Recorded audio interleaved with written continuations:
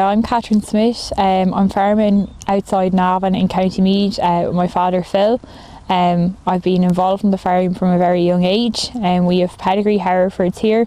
We also run a store to beef operation, and we have a small tillage enterprise. So what I really enjoy about farming is seeing new life coming into the farm. So we're here with our in-calf pedigree cows, and they're all going to be calving in the next couple of months, and hopefully that'll all go well for them. So I really like to see the new calves being born, because it means you have like new genetics coming into the farm, and you're always trying to progress and get better genetics into the breeding of them. So just like there's lots of different breeds of dogs, there's lots of different breeds of cattle. So the breed that we keep here mainly is Herefords. We have a pedigree herd of Herefords, which means they're 100% Hereford, those animals. They're registered with the Irish Hereford Breed Society, and then we would have crossbreds as well. So in general, what would be going on there is we might have different breeds of cows, so maybe like Charlies or Limousine cows, and we would be using a pedigree Hereford bull on them, and then the calves that are born out of them cows with the Hereford bull are then called Hereford crosses. I really like the Herefords because they're a really quiet breed to deal with for a start. They're so docile.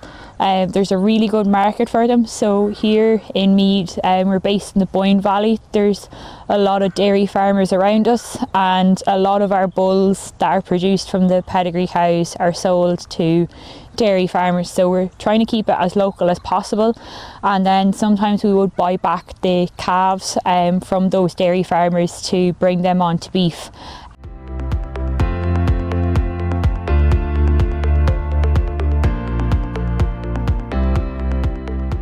Behind me is our stock bull. His name is Milo. He's nearly 2 years old, and we bought him this year. He's been out with the breeding cows for a couple of weeks now. We always keep a stock bull on our farm because it's a lot easier to use them on the breeding cows, especially when you're working away off farm. At least the breeding season is always continuing.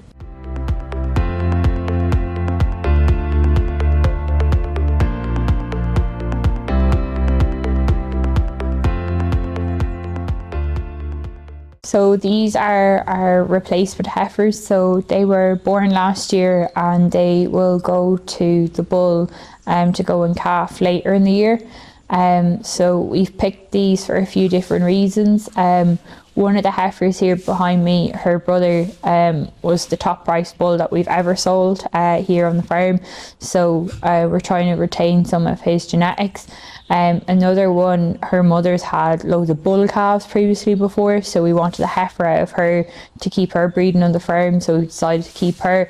And some of the others are just different lines of breeding that we mightn't have that much of, so we're trying to keep them. And ultimately we think they're all good examples of the breed. So they're very correct in their appearance, meaning that they've good feet, they've good legs, a good body shape to them, and also that they're good breed character, so they look like a good true Hereford animal.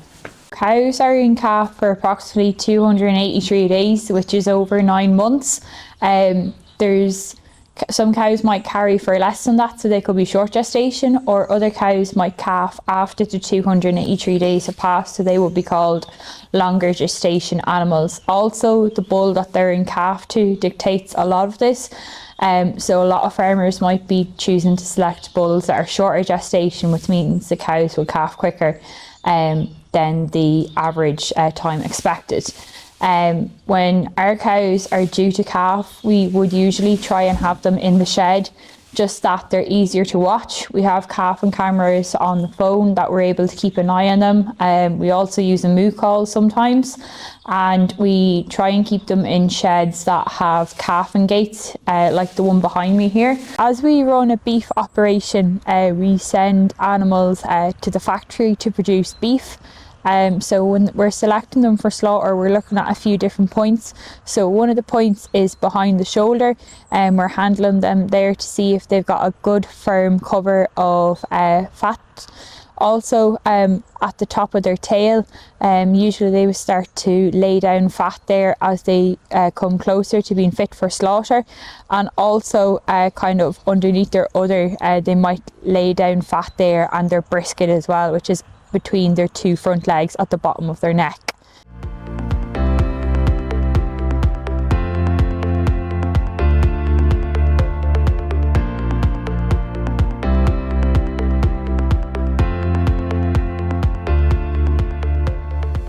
So every animal when they're born gets a tag, so that's a unique identification number. So if you think of your passport, you have a passport number, so the animals have a tag number, and then they get a passport that's usually referred to as a blue card that stays with them for all of their lives, no matter what farm they're sold to or any place that they might move to, we'll say to a show or anything like that, that passport goes with them the whole time. So it allows the animals to be identified, and also in recent years the National Genotyping Programme was introduced. So that's all to do with being able to identify the DNA that's in the animals. So because we're a pedigree farm, we've actually been doing this for a number of years now. But in the past year or two, it's a new programme that's been rolled out to help us identify nationally what is the breeding of different animals, and also make it easier to select more suitable animals for breeding. So when we tag the calf here, in the red taggers, I put the genotyping tag, and then we put the sample into the pink vial and send it off to the genotyping lab. And then in the yellow taggers, we put the BVD sample. So that's bovine viral diarrhea. So it's a disease that's been tested in Ireland for well over 10 years now. So that sample goes off to your chosen lab for sampling, and you get your result back within a couple of days. So the bull calf that we just tagged, his pedigree name is going to be Art Mulkin Shabby. So he's named after Shabby Alonso. So every year we have the names of the bull calves beginning with a different letter. So this year it's X. So all the bull calves born this year will have their name beginning with X. Also, when we're filling out the information on Herd Watch, it's including everything from the calf's date of birth, whether it's a male or female, the cow's tag number, and its sire's tag number also.